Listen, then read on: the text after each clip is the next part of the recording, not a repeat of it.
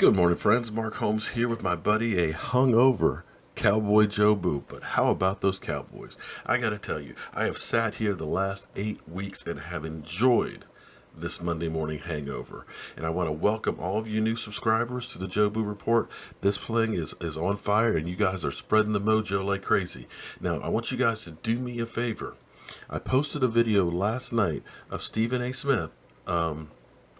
To Stephen A. Smith. And if you can, share that, because I want to get that thing out there to the point where Stephen A. Smith has to see that thing, because I'm issuing him a challenge. Now, I know a lot of you have commented on that video and said that, you can't submit that one. And that one wasn't for submitting for the contest. I think I've submitted 3 or 4 already, so I've got plenty of them in there for it.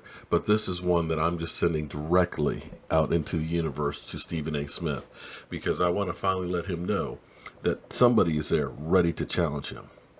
Now, can we finally put to bed who is our starting quarterback? This Dallas Cowboy team has now done something that has only happened once in their Cowboy history before, and that's going 8 games in a row, flat out. The team is winning. And all of you guys that say, well, he's not a 300-yard passer, check that one off the list. He had 319 yards. Check off multiple touchdown passes. He is doing it. Now, it looked a little shaky, of course, with the sack fumble. That happens. You had a bunch of hiccups. We had a lot of penalties that were drive killers against us. But this team is resilient. They find a way to win. And as you can see, there's too many heads out there that you can't stop them all. Des Bryant was balling the first half like crazy. Prayers to him and his family for losing his father. Then Zeke goes off with the big run on that screenplay. His running in the second half. There are so many parts out there that everybody is important, that there's not one part that's more important than the other. Collectively, it's a team effort that makes this team unstoppable. Now, before everybody gets all crazy and we've already won the Super Bowl, remember, there's still 7 games to go. Super Bowls aren't won in November.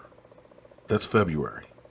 So we still have a long way to go, and we're still going to fight some adversity. But to go into Pittsburgh, and I know you'll hear on ESPN and First Take that what's wrong with the Pittsburgh Steelers. Forget about that. That's bull. Because here's the way you have to look at this. The Pittsburgh Steelers, yes, they had lost 3 games straight. But Pittsburgh Steelers are almost unbeatable at home. And their backs were against the wall. They needed this win. This was a must win, almost, in fact, a playoff win for them. Having lost to Baltimore last week, they needed this game to stay in the race, or it dramatically reduces their chances for playoffs. So you were playing a desperate team on their turf to come back away with a win in a shootout. That bodes well for me. And a lot of people will say, well, the defense, they didn't play that well. You know what? Stopping all those 4th down conversions, those 2-play conversions, that was huge. They are bending and not breaking. Yeah, they give up a whole lot of yards. Yeah, they gave a bunch of points, but they did enough to win. And as far as the offense is the only reason why the defense is any good, we barely won the time of possession by a few seconds. So, and in fact, some of those other games that we've played, we have actually lost the time of possession. So it's not just the offense is the reason why the defense has done well.